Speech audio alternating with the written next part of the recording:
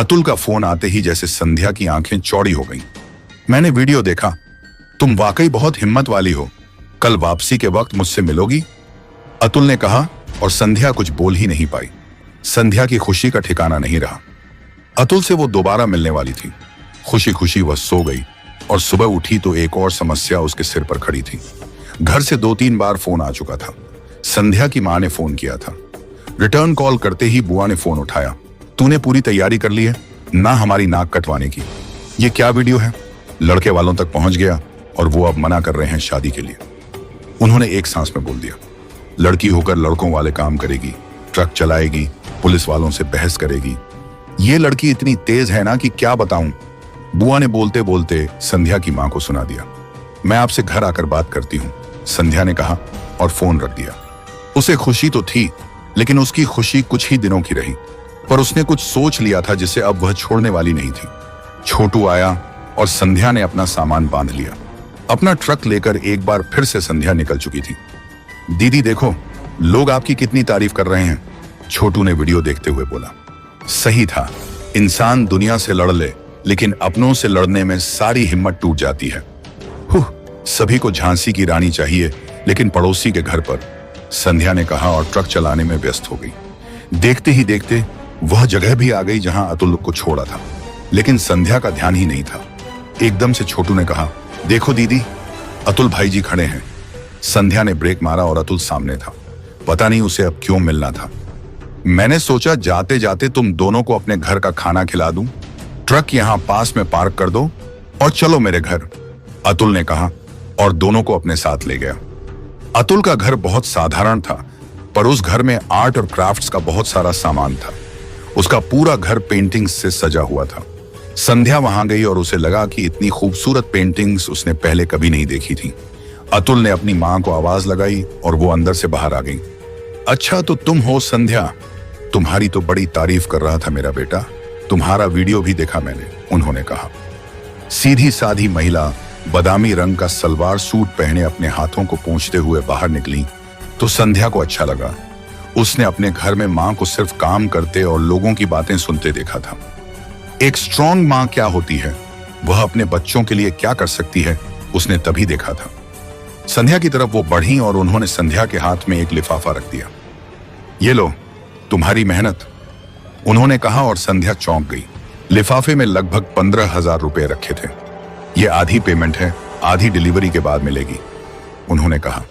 संध्या की कुछ समझ नहीं आ रहा था। उतने में अतुल ने कहा, यह तुम्हारी पेंटिंग्स की कीमत है। मां की आर्ट गैलरी है और मैं तुम्हारी पेंटिंग्स वहीं ले गया था। ट्रक में देखा तुमने उन्हें ऐसे रखा हुआ था जैसे फेंकने वाली हो, और शायद फेंक भी देती, इसलिए मैंने उन्हें उठा लिया था। अब उन पेंटिंग्स को ग्राहकों ने खरीद लिया है। तुम्हारे भरे हुए रंग अब किसी के लिए खुशियां लेकर आए हैं। अतुल ने इतना कहा और संध्या को यकीन नहीं हुआ।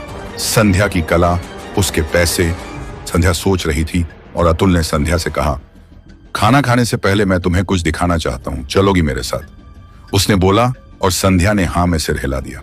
वह संध्या को अपने साथ ऊपर ले गया। उसके कमरे में टंगी हुई थी संध्या की एक पेंटिंग। यह पहली पेंटिंग है जो तुमने मुझसे अपना दुख बांटने के बाद बनाई है संध्या। मैं इसे नहीं बेच सकता था, मैंने इसे रख लिया।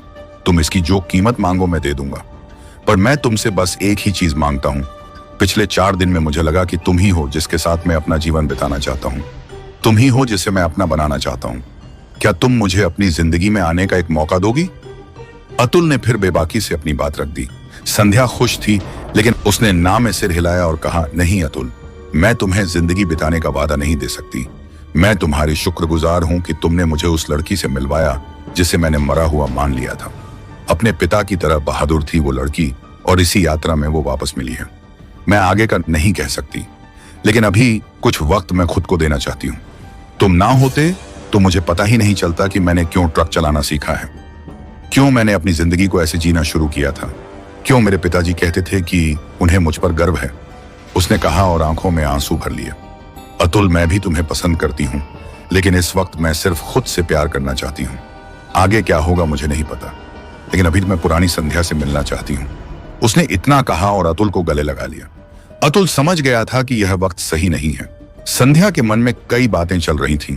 दोनों नीचे गए और खाना खाया। अब संध्या और छोटू उन दोनों से विदा लेकर जाने लगे। तू संध्या को बहुत पसंद करता है ना? अतुल की मां ने पूछा। हाँ, अतुल ने सीधा सा जवाब दिया। तो फिर उसकी इच्छा का मान रखना, मां ने कहा और आगे चली गई। हमारी फिल्मों में सिखाया जाता है कि अगर लड़की पसंद है तो उसे जाने ना दो, लेकिन अतुल को मां की यह सीख बहुत कुछ सिखा गई। यकीनन संध्या की इच्छा का मान रखना भी तो प्यार जताने का एक तरीका है। संध्या अपनी यात्रा पूरी करके घर पहुंची और वहां तमाशा तैयार था। बुआ के ताने और मां की चुप्पी, पर इस बार संध्या को पता था कि उसे क्या करना है। आ गई हमारी नाक कटवा कर, बुआ ने कहा। संध्या ने पलटकर देखा और बोली, नाक ऊंची करके आई हूं, और बुआ जी, अगर आपको इतनी दिक्कत है तो यहां ना आया करिए। अगर मुझसे रिश्ता जोड़ने में आपकी नाक कट जाती है तो मुझसे दूर रहिए। संध्या का ये रूप देखकर बुआ हैरान थी। देखा कितनी जुबान चलने लगी है इसकी, तुमने ही बिगाड़ रखा है, बुआ ने कहा। सही कहा आपने, मां ने ही बिगाड़ा हुआ था, चुप रहना सिखा दिया था। बिना कुछ बोले चुपचाप रहना और ताने सुनना मां की ही सीख थी। बुआ, मैं नहीं करूंगी आपके बताए लड़के से शादी। यहां आकर आप 15 से 20 दिन रहती हैं और घर का माहौल खराब करके चली जाती हैं। कभी ये सोचा है कि भाई के जाने के बाद ये घर कैसे चल रहा है? कभी पूछा हमसे कि हम कैसे हैं? हर बार आकर घर में खाने में मुझ में कमियां निकालती हैं आप। पर क्या कभी सोचा आपने कि यह कितना दुखी कर सकता है? हर बार आपको यहां से कुछ चाहिए होता है, मां आपकी खातिर करे यही चाहिए होता है। लेकिन रिश्तों में अगर लेन देन आपको पसंद है तो लेने के अलावा देना भी सीखिए। संध्या की बातें सुनकर सभी हैरान थे। अगर आपसे लोगों की भलाई नहीं हो सकती तो अब मैं बुराई नहीं सुनूंगी। आप चाहें तो अपने घर जा सकती हैं। यहां रहना है तो तमीज से रहें और सबकी इज्जत करें, संध्या ने कहा और अपने कमरे में आ गई। उसे पता था कि मां और बुआ दोनों को आज समझ आ गया है कि संध्या अब नहीं सुनेगी। नीचे क्या हो रहा है उसके बारे में संध्या अब नहीं सोचेगी। अब उसकी नौकरी ईएमआई के लिए बंधी नहीं है। अब वह ट्रक अपने शौक के लिए चलाएगी और जरूरतें पूरी करने के लिए पेंटिंग्स भी करेगी। अब उसे पता है कि उसके जीवन में आगे उसे क्या करना है। उसने फोन उठाया और अतुल को फोन लगा दिया। ट्रिंग ट्रिंग, फोन की घंटी बज रही थी और संध्या खुश थी। यह कहानी पूरी तरह से कल्पना पर आधारित है और इसका वास्तविक जीवन से कोई संबंध नहीं है। यह केवल कहानी के उद्देश्य से लिखी गई है। हमारा उद्देश्य किसी की भावनाओं को ठेस पहुंचाना नहीं है। ऐसी ही कहानी को सुनने के लिए जुड़े रहें ब्लैक फॉग रेडियो से। दोस्तों, ऐसे ही और भी रोमांचक कहानी देखने सुनने के लिए हमारे इस वीडियो को एक लाइक और चैनल को सब्सक्राइब जरूर से करें। जय हिंद।